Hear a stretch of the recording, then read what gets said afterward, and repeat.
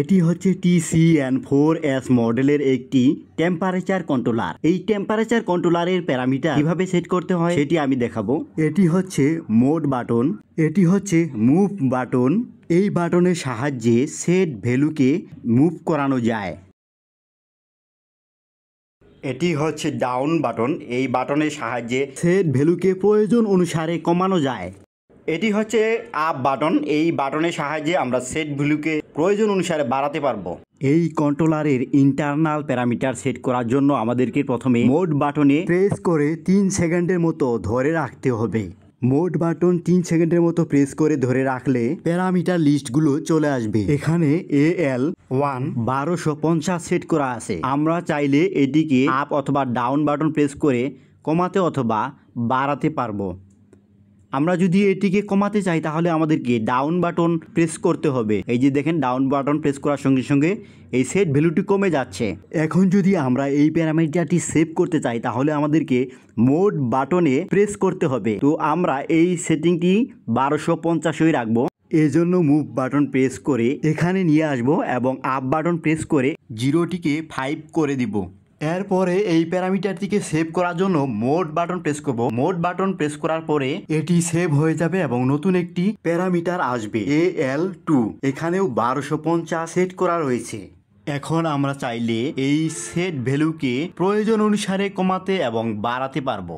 এখন যদি আমরা এই সেট ভ্যালুকে বাড়াতে চাই তাহলে আপ বাটন প্রেস করে ধরে রাখতে হবে, আর যদি কমাতে চাই তাহলে ডাউন বাটন প্রেস করে ধরে রাখতে হবে। আমরা প্রয়োজন অনুসারে এই ভ্যালুটি চেঞ্জ করে মোড বাটনে প্রেস করলে এটি সেভ হয়ে যাবে। এখন আরেকটি সেটিং আসে, এখানে অফ এবং অন দুটি ফাংশন রয়েছে। তো এখানে অফ থাকবে, তাই আমরা এটিকে অফ করে মোড বাটন প্রেস করে সেভ করে দিব।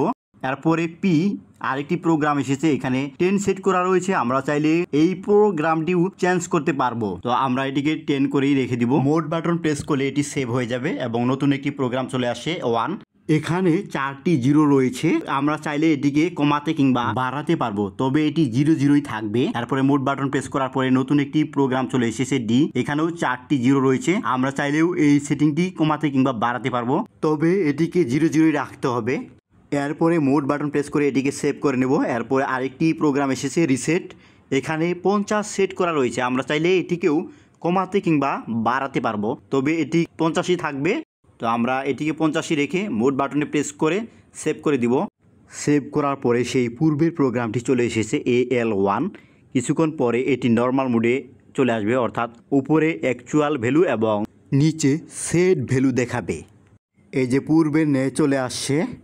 এটি হচ্ছে সেট ভ্যালু 150 ডিগ্রি সেলসিয়াস। এটি হচ্ছে অ্যাকচুয়াল ভ্যালু 155 ডিগ্রি সেলসিয়াস। এটি হচ্ছে সেট ভ্যালু। এই সেট ভ্যালু অনুসারে অ্যাকচুয়াল ভ্যালু এর টেম্পারেচার বৃদ্ধি পাবে। এখন যদি আমরা এই সেট ভ্যালুকে 150 ডিগ্রি থেকে 160 ডিগ্রিতে সেট করি তাহলে আমাদের এই কন্ট্রোলারটি অন হবে এবং টেম্পারেচার বাড়তে থাকবে। তো আমরা 150 ডিগ্রিকে বৃদ্ধি করে 160 ডিগ্রিতে সেট করব এবং দেখব এই কন্ট্রোলারটি অন হয় কি না। টেম্পারেচার 160 ডিগ্রিতে সেট করার সঙ্গে সঙ্গে এই কন্ট্রোলারটি অন হয়ে গেছে। তো আমরা এই সেটিংটিকে 150ই রাখবো, কেননা আমাদের রিকোয়ারমেন্ট হচ্ছে 150 ডিগ্রি। এরপরে মোড বাটন প্রেস করে সেভ করে দিব।